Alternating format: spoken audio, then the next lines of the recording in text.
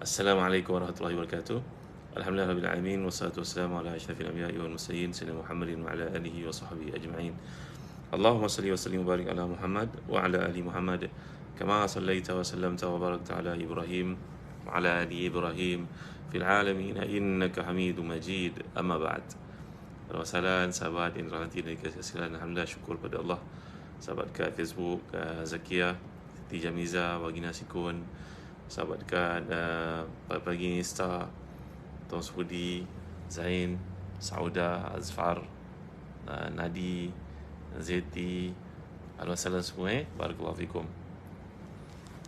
Baik sahabat, sebelum terlupa jangan sebelum saya terlupa, tolong ingatkan tahu apa janji saya semalam nak beritahu kepada tuan-tuan. Takut kang sampai kesudah tak ingat pula benda yang nak disampaikan. Alhamdulillah semua. Barakallahu fikum. Tahniah kerana hadir dalam majlis ilmu pada pagi ni.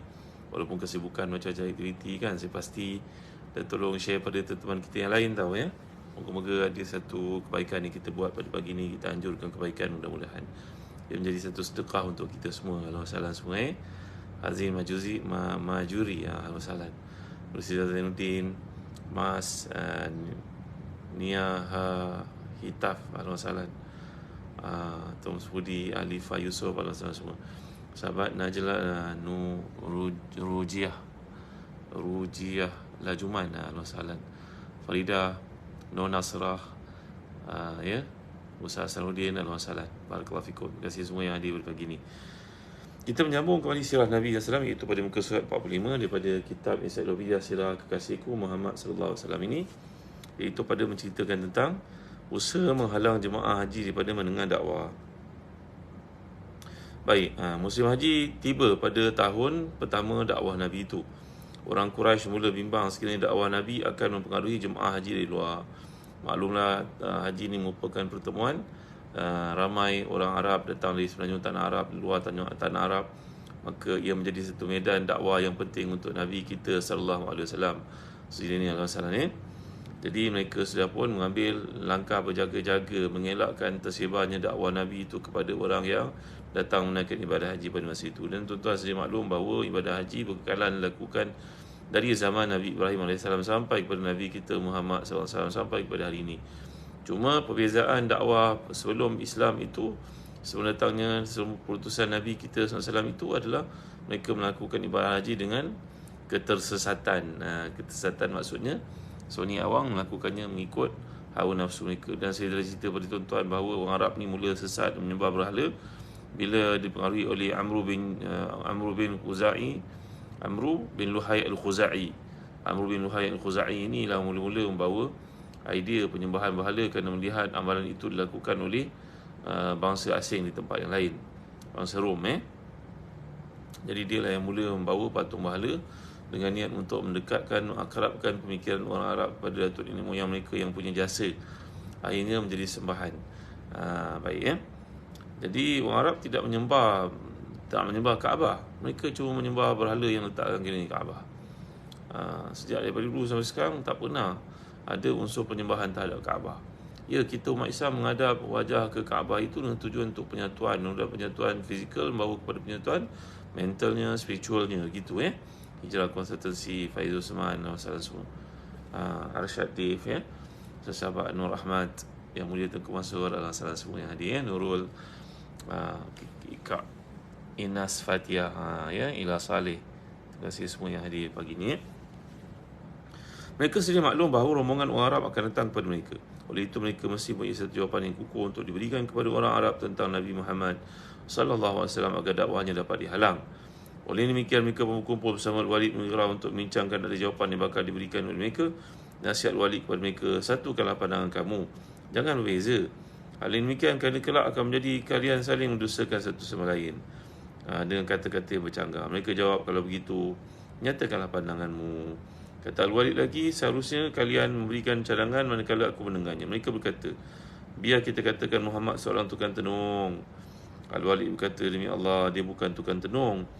Kita sendiri melihat bagaimana keadaan para pawang.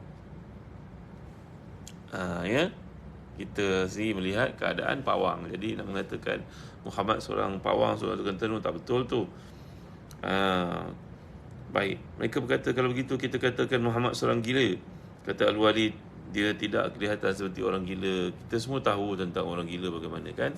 Syafiq Syahrudin, Aim Firdaus Abdullah Al-Wasalan ya. Ayah sulung barakallahu fikum. Khairiyati Al-Wasalan. Nulis Faida Al-Wasalan Aisyah binti Mu'arif barakallahu fikum. Jangan lupa sharing pada teman kita yang lain. Moga kita mengajak kebaikan itu disebarkan pagi yang mulia ni. Sampai-sampaikan kepada yang lain. Mungkin mereka tak aware tentang majlis ilmu yang kita adakan ni. Al-Wasalan ni Najibah Al-Wasalan. Baik, kalau mereka berkata lagi, kalau begitu kita katakan dia seorang penyair. Al-Walid mengatakan dia tidak seperti seorang penyair. Kita sendiri tahu tentang syair dari sebagai sudutnya. Bahasa yang digunakan bukannya bahasa syair. Mereka buntu sekarang tuan-tuan. Cara mereka lagi, kalau gitu kita katakan dia seorang ahli sihir. Al-Walid kata dia bukan seorang ahli sihir kerana kita sendiri melihat ahli sihir dan sihir dilakukan mereka, sedangkan Muhammad tidak pernah menipu, tidak pernah meniup dan tidak pernah menyimpul tali sihir seperti mereka. Mereka pun buntu. Mereka berkata kalau gitu apa kita nak kata. Al-Walid mengatakan demi Allah, ucapan Muhammad sungguh sedap didengar. Akarnya semerbak harum, rantingnya berbuah lebat. Apa saja yang kamu cadangkan pasti akhirnya akan diketahui bahawa itu palsu. Namun cadangan yang paling hampirlah kamu katakan dia seorang ahli sihir. Al-Walid ni tahu kebenaran Nabi SAW Apis, Umar, Muhammad Aziz Sulaiman Wasallam, Airin Romina mereka semua tahu tentang kebenaran dakwah Nabi SAW. Tapi mana mungkin hati yang telah buntu dan juga kebencian dan juga kedengkian yang ada dalam hati itu menyebabkan mereka kekal menentang Nabi kita SAW.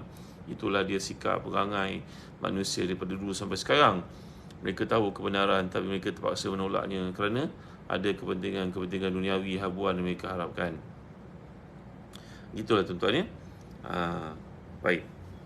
Kalau gitu kita sepakat untuk mengatakan bahawa Muhammad itu merupakan seorang, kita berpakat untuk mengatakan bahawa dia adalah ahli sihir. Dia datang dengan kata-kata yang memukau yang dapat mencerai-beraikan anak dengan ayah, suami dengan isteri, seorang dengan keluarganya.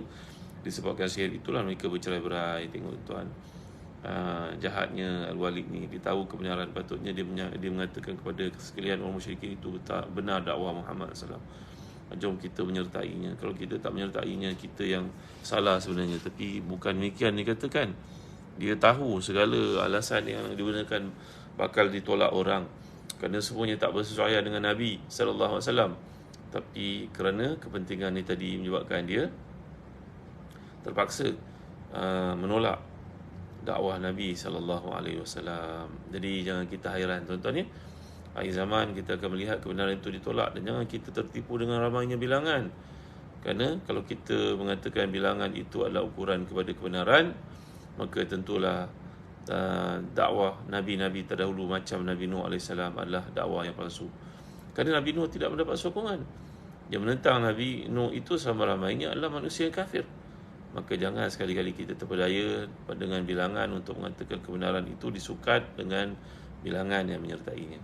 Alhamdulillah Al-Wasalan ya. Kami saja Assalamualaikum warahmatullahi wabarakatuh. Apa yang saya janjikan semalam, tolong beritahu tahu, nanti saya terlupa nak cakap. Ya. Tolong Al-Wasalan. Don't bekong. Ustaz kami saya Al-Wasalan semua.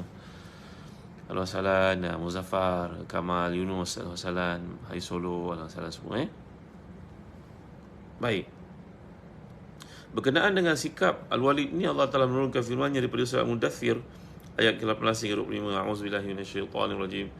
Innahu fakkara wa qaddar faqutila kaifa qaddar thumma qutila kaifa qaddar thumma nazar thumma abasa wa basar thumma adbara wastakbar faqala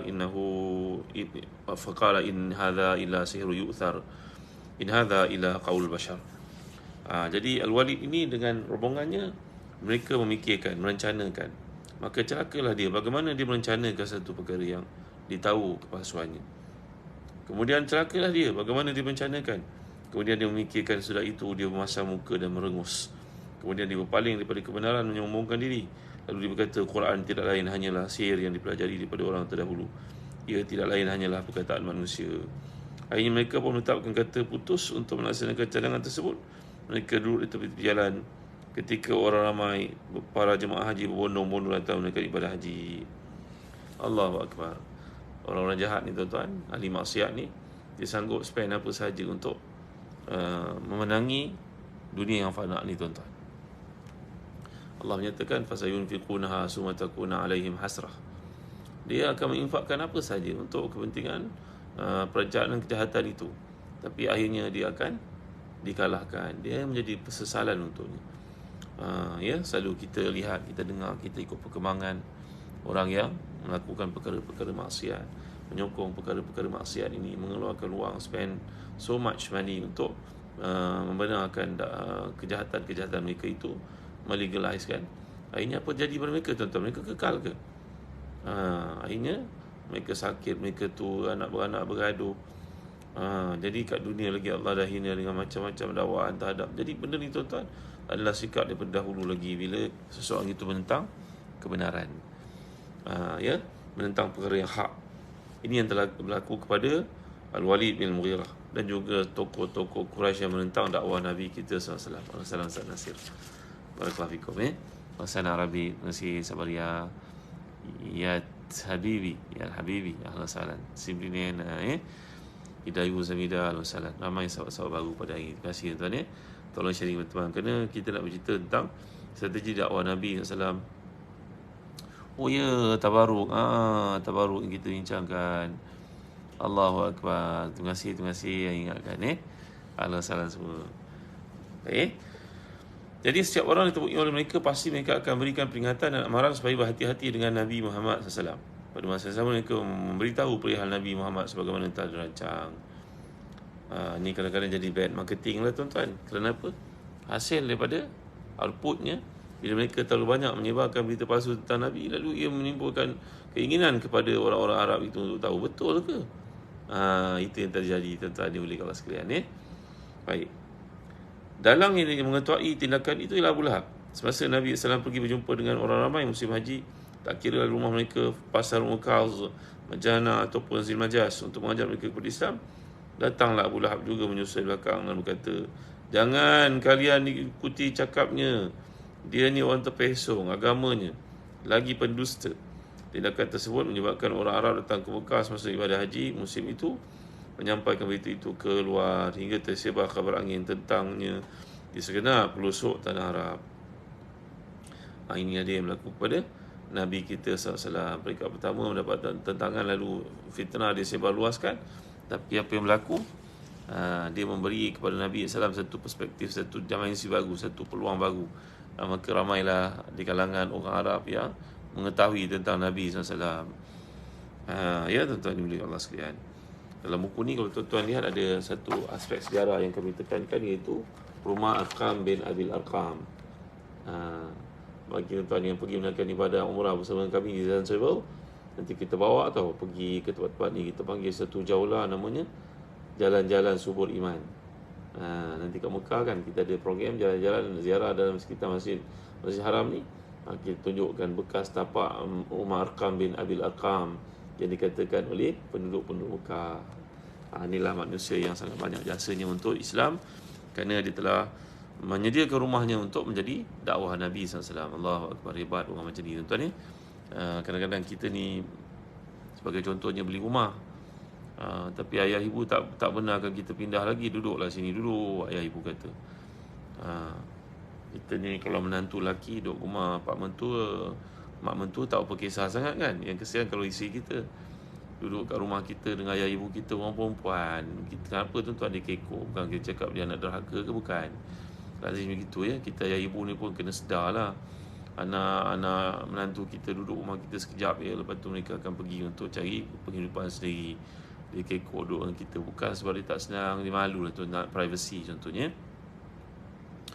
Jadi ada orang dia beli rumah, tak duduk rumah. Kat kawasan perumahan tu belum ada surau, belum ada masjid, maka diwakafkan rumahnya untuk menjadi tempat sembahyang. Allahu Akbar, seberkat-berkat kerja tuan-tuan. Ramai orang baik macam ni tuan-tuan. Dia beli perumahan, dia beli rumah dekat satu perumahan, tak dapat duduk lagi setahun, 2 tahun, kerana mungkin kerja luar negara ke kat mana ke. Jangan biarkan rumah tu kosong. Jadikanlah dia tempat bertemunya orang Islam, jadikan surau sementara ke. Ya Allah, besarnya pahala, Ya Allah, Ya Tuhan.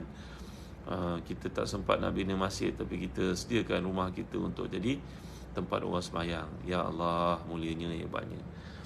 Gitu Jadi belajar daripada semangat Arqam bin Abil Arqam ni. Dan kalau kita tak mampu nak buat demikian, maka ada orang yang mewakafkan masjid ke surau ke, kita tolong berkhidmat untuk masjid, untuk surau tu. Ini ambil pengajaran daripada peristiwa Arqam bin Abil Arqam lah.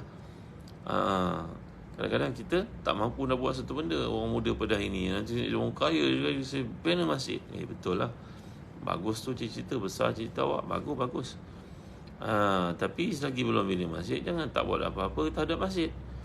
Semudah kita menukar slipper yang telah menyebabkan licin, boleh menyebabkan orang jatuh kat tandas itu, kita ambil sejadah itu tolong basuh ke. Kalau orang perempuan tengok telekung yang telah telah hapak tu, kan, Azhar Safin Ayan Fiza Pija, kita ambil untuk basuh balik ke, balik basuh, nanti ganti balik semula ke, sementara tu letak telekung kita ke, maka berlanjutanlah jariah kita. Jadi kita dalam hidup ni kena fikir apa sumbangan kita kepada Islam. Jangan tanya balik-balik apalah masjid ni buat untuk aku. Tanya diri kita, bagaimana kita nak berkhidmat untuk masjid, untuk rumah Allah SWT. Allahu Akbar, Masya Allah, Tabaraka Ta'ala. Kalau salah, terima kasih semua yang kita sahabat bersih Keram, yang hadiah macam-macam dekat TikTok ni, saya pun tak tahu nak redeem ni macam mana tuan. Kalau salah terima kasih, barakallahu fikum. Doa kalian ni sudah penting, cukup untuk kami Ikram ahlan wa sahlan. Kharina Khairiyah, ahlan wa sahlan. Sahabat semua, Nuha Kamal Asnal Zana, doa untuk saya Jadi ini cerita tentang pengorbanan para sahabat di awal Islam. Itu sebab Nabi telah bersabda, la tasubbu ashabi fa innahu la anfaqa ahlukum mithla uhudin zahaban lan yablugh ahadukum muda ahdi maulana sifahu. Jangan seorang kamu mencela sahabat-sahabatku, kata Nabi SAW. Kerana sahabat-sahabat yang punya pengorbanan Islam di awal ni, pengorbanan awal untuk Islam ni, kalau mereka ni menafkahkan paruh daripada tapak tangan mereka, takkan menyamai apa yang kita infakkan untuk Islam, walaupun yang kita buat tu kelihatan besar. Kerana keikhlasan dan cabaran mereka itu jauh lebih besar daripada apa yang kita lalui pada hari ini. Assalamualaikum Ustaz Syarizan. Masih kat Mekah ke Ustaz? Allahu Akbar, barakallahu fikum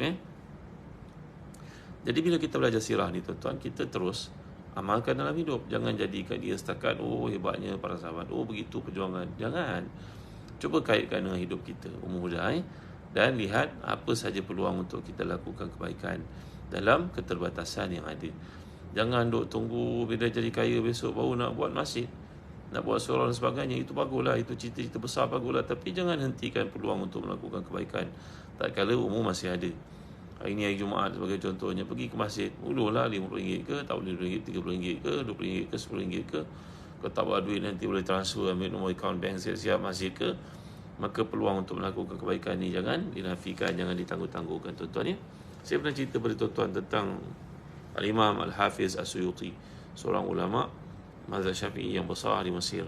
Orang kalau panggil Al-Hafiz dalam istilah ulum hadis ini tuan-tuan, merupakan seorang yang telah menghafal ratusan ribu hadis.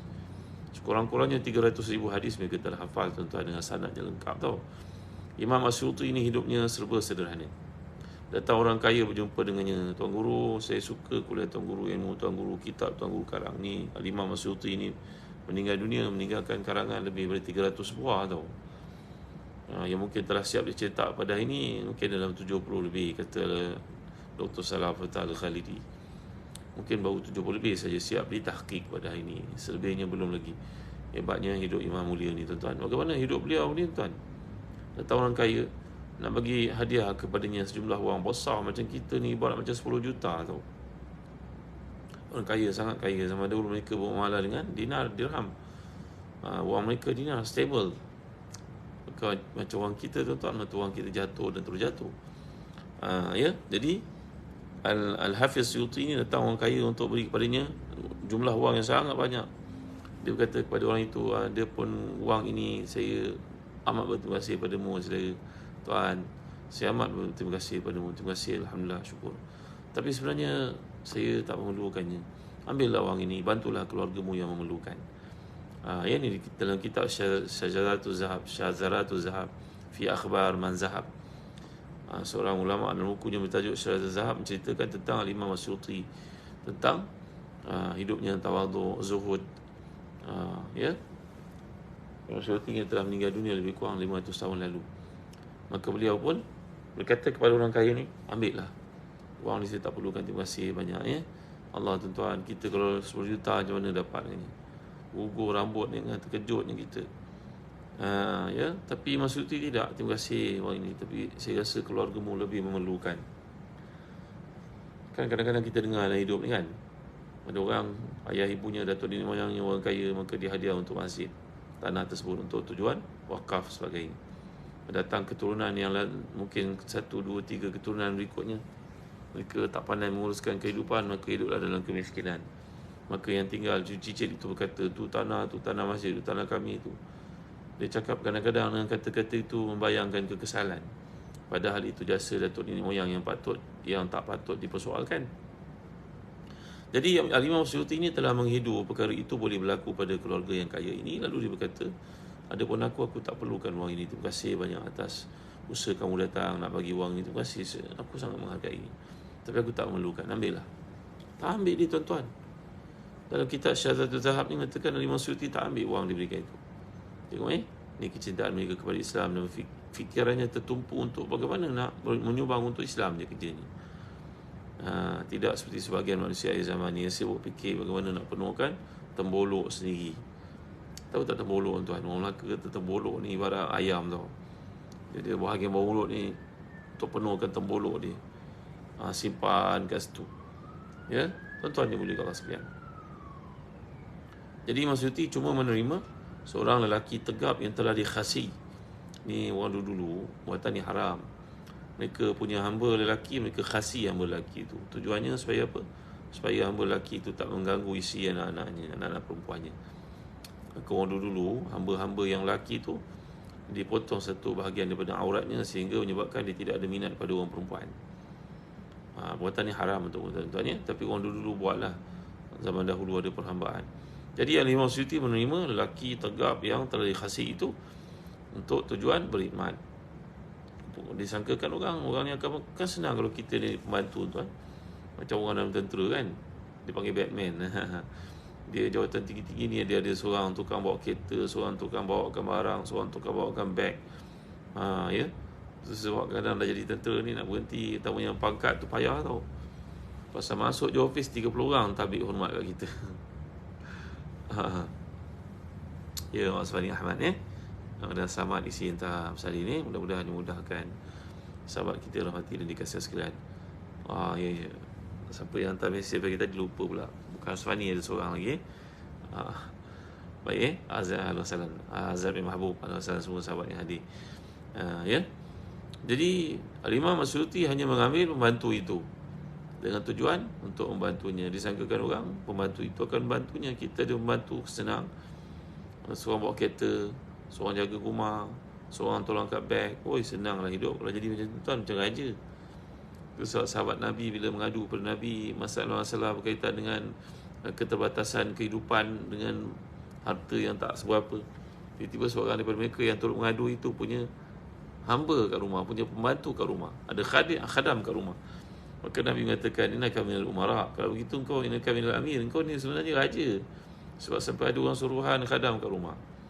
Nak ceritakan nikmat ni kita kena syukurilah dalam hidup, bergantung pada masing-masing punya status, masing-masing punya pencapaian lah ya. Maka Al-Imam Asyuti menerima pembantu itu. Kata kitab Syaratul Zahab ini, akhirnya Imam Asyuti pergi menunaikan ibadah haji pada tahun itu, bawa pembantu yang dihadiahkan tadi, lelaki tegap yang dikhasikan itu.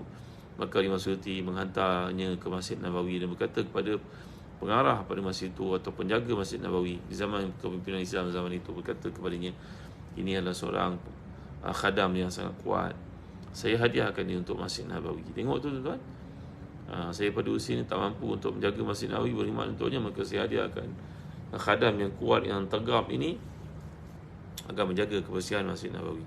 Macam tu cara berfikir yang sepatutnya ada dalam kehidupan kita. Apa sumbangan aku untuk Islam? Bukan apakah sumbangan masjid ni kepada aku, apakah pusat zakat ni buat pada aku ya.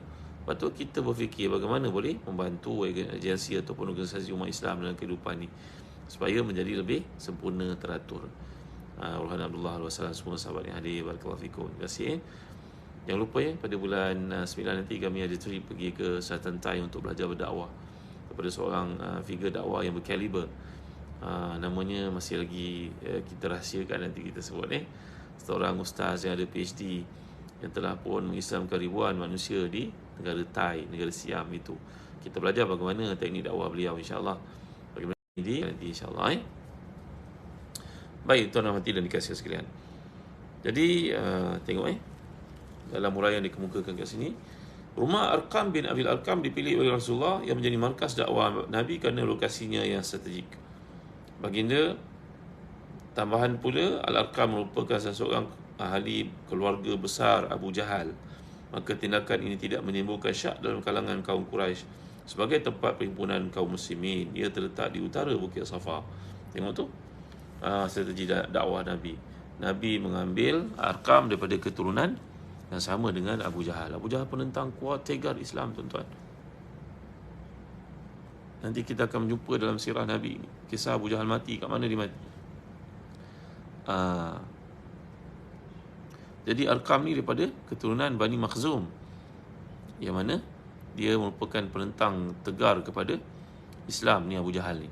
Maka Nabi sengaja memilih rumah Arqam bin Abi Arqam di atas perkara asasnya, iaitu keluarga ini adalah keluarga menentang dakwah Islam. Jadi kalau dia ambil keluarga ini, maka orang tak terfikirlah bahawasanya Farhan, rumah ini menjadi tempat perhimpunan kaum muslimin. Ini namanya strategi, tuan-tuan. Saya terang pada tuan-tuan beberapa hari yang lalu tentang kata-kata Sayyidina Ali radhiyallahu wajah, bahawa al-haqqu bila nizam yaghribuhu batilun binizam. Kebatilan yang bersistem akan mengatasi kebenaran yang tidak bersistem. Tidak ada cara strateginya. Jadi kita akan pelajari daripada sirah Nabi ini, setiap detik waktu adalah merupakan strategi yang disusun Nabi SAW. Ia bukan berlaku dengan kebetulan, sembrono, tak. Kita akan lihat asas kepada strategi Nabi buat ni. Nabi bermesyuarat dengan para sahabat. Nabi meminta bagaimana wahyu daripada Allah SWT datang menyokong Nabi SAW. Jadi semua perkara yang hidup ini asasnya mesti ada planning lah, tuan-tuan. Kan? Jangan kita buat satu benda tanpa planning. Untuk seumpama seorang yang ada wang, tak buat calculation pun, tak ada costing pun, tak ada ROI, tak ada apa benda pun, main pulun je, dapat duit gaji ini, besok dah habis di bedalnya. Ni adalah orang yang rugi, tuan-tuan. Kerana sepatutnya kita kena prepare untuk perkara-perkara yang kita tak nampak, keperluan-keperluan akan datang yang patutnya ada peruntukan-peruntukan untuknya, pendidikannya, pergi hajinya, makan minumnya, keperluan sewa rumah dan sebagainya. Jadi perkara ini penting untuk kita pelajari. Bila kita baca sirah Nabi SAW, kita melihat semua strategi yang diambil Nabi SAW itu, ternyata di sebaliknya ada satu solid, concrete reason, konkret punya kajian mengapa perkara dilakukan demikian. InsyaAllah hebatnya. Inwari barakallahu fikum, waalaikumsalam semua sahabat. Dari Brunei ada, dari Singapura ada, ada salam semua. Barakallahu fikum. Terima kasih atas kehadiran tuan-tuan juga sekalian. Jadi mengikut kajian dekat sini saya ada sebutkan tentang rumah-rumah para sahabat. Nampak tak? Nampak tak sahabat dekat TikTok? Nampak tak? Rumah Al-Abbas. Rumah siapa lagi? Rumah Ummu Hani, Darun Nadwa, Rumah Siti Khadijah. Nampak tak? Nampak sahabat kat TikTok ni daripada kajian yang telah dibuat oleh para sejarawan ni. Contohnya Sami Abdul Maghrus. Nanti tengok sahabat dekat Facebook. Nampak tak? Gelap blur Sekejap terang sikit. Ni adalah kajian yang telah dibuat oleh para ahli sejarawan Islam, ilmu maghazi. Tengok sahabat dekat Insta, nampak tak? Rumah atau balik okey. Mahdi Talha, alhamdulillah, barakallahu fikum, alhamdulillah. Mariam, barakallahu fikum. Jadi apa yang cuba saya tonjolkan dalam buku Sirah Kasihku Muhammad SAW ni bukan hanya fakta, tapi juga gambar raja, diagram, dan juga apa lagi, peta, gambar-gambar original tentang keadaan lokasi yang demografi yang terdapat dalam peristiwa berkaitan dengan sirah Nabi ini. Mudah-mudahan dengan cara demikian dekatkan lagi kita kepada jerit perihnya perjuangan Nabi kita SAW untuk kita pelajari bahawasanya dakwah Islam ni bukan dibentangkan kapet merah padanya. Ia akan bertarung seperti yang dikatakan oleh Warqah bin Naufal ketika mengetahui Nabi telah diutuskan, maka beliau kata, aku nak membantu kamu kalau umatmu mengeluarkan kamu, kaummu halau kamu keluar nanti. Kita dah belajar tentang perkara ni, bahawa membawa Islam ni memerlukan kepada pengorbanan. Tanpa pengorbanan tiada kemanisan, dan tiada kemanisan tiadalah iman. Maka kat situlah kita dapat lihat perjuangan Nabi SAW untuk kita pelajari, untuk kita terapkan. Ya, itu sebab tuan-tuan kat negara-negara maju macam Singapura kan, Nur Azizah kalau salah semua, mereka akan mengambil GLC punya CEO, COO, CFO, apa lagi CTO orang-orang penting dalam satu organisasi GLC kerajaan untuk memberikan keuntungan yang maksimum, impact yang paling maksimum. Mereka mengambil daripada kalangan general tentera yang besar. Waktunya punctual, disiplinnya tinggi. Biasanya tentera macam tu lah. Dia jujur bercakap, kerana dia keselamatan itu perkara yang sangat ditekankan. Jadi strategi peperangan ini membantu untuk perancangan dan pelaksanaan macam-macam benda hingga organisasi-organisasi mereka berjaya. Saya baca tau dalam ekonomi contohnya, maka ketua-ketua ataupun jeneral-jeneral besar tentera laut, udara dan juga darat ni, mereka ni memang sangat bernilai, kerana jasa mereka dalam kepimpinan angkatan tentera itu akan membantu untuk kejayaan organisasi-organisasi korporat. Ya, di samping mereka akan ditekankan ilmu lah, accounting dan sebagainya, itu boleh belajar, itu senang je. Tapi disiplin asalnya, punctuality dan sebagainya, itu benda yang mesti ada pada karakter quality seorang kepimpinan tau. Kerana semua benda dia, action yang taken, dia akan tengok macam mana ni impact dia, kesan dia. Macam tu cara fikir tuan-tuan. Jadi tak menghairankan kalau kita lihat negara jiran kita, negara Singapura kecil, ya, tapi mempunyai impact besar dari sudut perniagaan, ekonominya, ya. Orang Singapura yang ada dalam program pada ini, betul kan? Maka tuan-tuan dimulakan sekalian, kita belajar strategi dakwah Nabi ni, terapkan dalam kehidupan kita. Dan kita seorang ayah, jadi ayah yang ada disiplin, ada perancangan, ya, ada kasih sayang, ada syura. Macam itulah. Kalau kita jadi pemimpin dalam organisasi korporat, lagilah kita kena belajar dakwah dan strategi Nabi ni. Kalau tak, macam mana Nabi SAW tidak letak Michael Hart itu lelaki yang terbaik daripada 500 senarai dikemukakan, orang yang paling banyak pengaruhnya dan juga paling dicintai oleh pengikut-pengikutnya. Jadi strategi style dakwah Nabi SAW ini kita kena pelajari tuan-tuan. Kita bukan baca setakat untuk menimbulkan kecintaan kepada Nabi, itu penting. Dan di samping itu kita nak belajar mengambil kualiti-kualiti yang ada, supaya kehidupan kita sebagai umat Islam, kepimpinan ke, ketua keluarga ke, semua kita dapat lihat aspek-aspek yang sangat indah yang ditenggelamkan oleh masyarakat barat hari ini, menonjolkan main bola sepaknya, artisnya, seolah itu lebih baik daripada Nabi kita, sedangkan tiada kelayakan langsung untuk dibandingkan dengan insan yang mulia ni. Itu tuan-tuan. Terima kasih semua. Nurinina, Azrul Saleh, Kak Nasa, Abdul Bashir, Salasi Osman. Ya, setakat ni saja dulu untuk kuliah pada pagi ni. Maaf saya tak sempat nak sentuh isu tabaruk lagi, tapi tak apa, InsyaAllah pagi esok kita akan lanjutkan lagi bincangan dalam kuliah online kita ni. Esok kita akan bincangkan fatwa oleh Syekhuna Sahibus Samaha Mufti Wilayah berkaitan dengan tabaruk, untuk kita bincangkan insyaAllah. Jadi tuan, bagi mereka yang nak pergi melancong ke Balkan, ke Turki, ke Morocco, ke Spain, ke Mesir, boleh pergi dengan Zazan Travel. Zazan Travel kerana pekerjaan kuliah pada pagi ni. Dan tak lupa mereka menunaikan umrah, kami dah ada tiket siap untuk bulan 8, 9, 10, 11, 12. Segera daftar tiket dan juga hotel confirm. Ya, jadi segera tuan-tuan. Bila saya nak cerita tabaruk? Esok pagi sabar ya. Boleh esok pagi sabar, esok pagi insyaAllah esok masih ada untuk kita insyaAllah. Barakallahu. Terima kasih. Mahir Safain, Fari Hamsi, masya-Allah. Apa khabar tuan? Apa khabar Tan Sri kita? Alhamdulillah, semua sahabat yang hadir. Barakallahu fikum. Ya. Terima kasih Muhammad Dirwan Khalid. Terima kasih Anwari, terima kasih semua yang hadir pada pagi ni.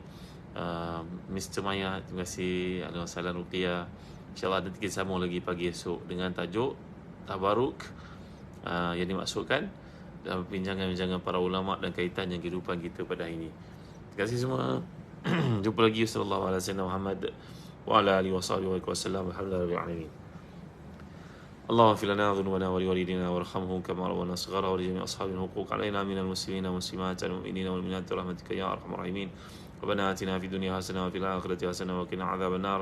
وصلى الله على سيدنا محمد وعلى اله وصحبه وسلم. والحمد لله رب العالمين. Taqallahu minna wa minkum. Hari ni hari Jumaat tuan, jangan lupa untuk baca surah Al-Kahfi. Saya senat duha, banyakkan sahabat kata Nabi SAW, datang sembahyang Jumaat awal waktu, dan ambil beratlah untuk berdoa kerana hari ini punya 12 peruntukan kemakbulan di sisi Allah SWT. Hari Nasir kawan-kawan semua, hari Nasar, jangan lupa dengan doa. Doakanlah untuk pemimpin-pemimpin umat Islam, negara kita supaya bertambah baik dari berbagai-bagai sudutnya, dan umat Islam sedunia. Kita doakan untuk mereka bersama. Terima kasih. Jumpa lagi pagi esok insya-Allah. Hasimah Musa, terima kasih. Anwari, Nisanul Hasanah, Rizwan, terima kasih. Mujib, Wasman, Zain, Fatimah Ali, terima kasih. Assalamualaikum warahmatullahi wabarakatuh.